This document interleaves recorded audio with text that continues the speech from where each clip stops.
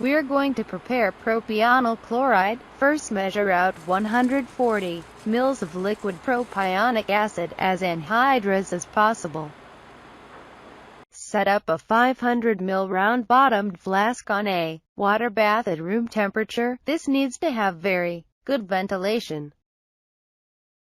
Add the propionic acid to the dry flask and add a magnetic stir bar to the flask. Stirring is quite important for this reaction to go to completion, as you will see.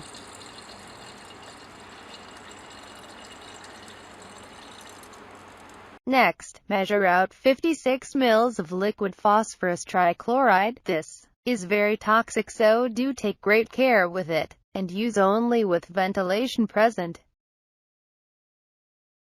As you can see, it fumes and air, so try to work quickly.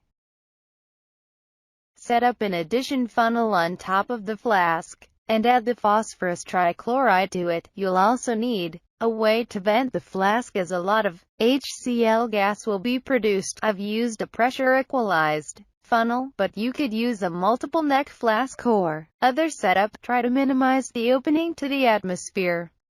With the water bath at room temperature, and with stirring, start to add the phosphorus trichloride. You shouldn't see much of a temperature increase, but add carefully just to be on the safe side. Our addition here took 20 minutes to complete. Soon after you start adding, you'll see a fog of HCl gas being produced in the flask, and the contents will turn a milky color. This is our reaction taking place with the formation of the acid chloride. A lot of HCl gas will start to be produced and will escape the apparatus. Make sure you take care to vent this away properly. Once addition was complete, we left the solution stirring vigorously for an hour. HCl continued to be produced during this period. At the end of this time, the mixture separates into two layers. The bottom layer is mostly phosphoric acid. So now set up the flask for simple distillation using cool water and a thermometer to monitor the temperature of the distillate vapors. We really recommend using a hose attached to a suitable receiving adapter, which can safely vent away HCl gas.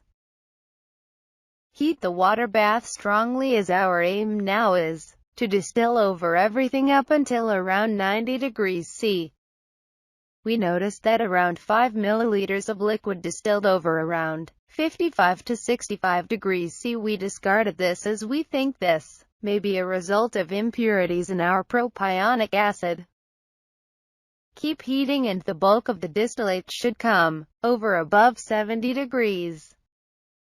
Keep going until nothing more comes over. This took about an hour and a half in this particular case.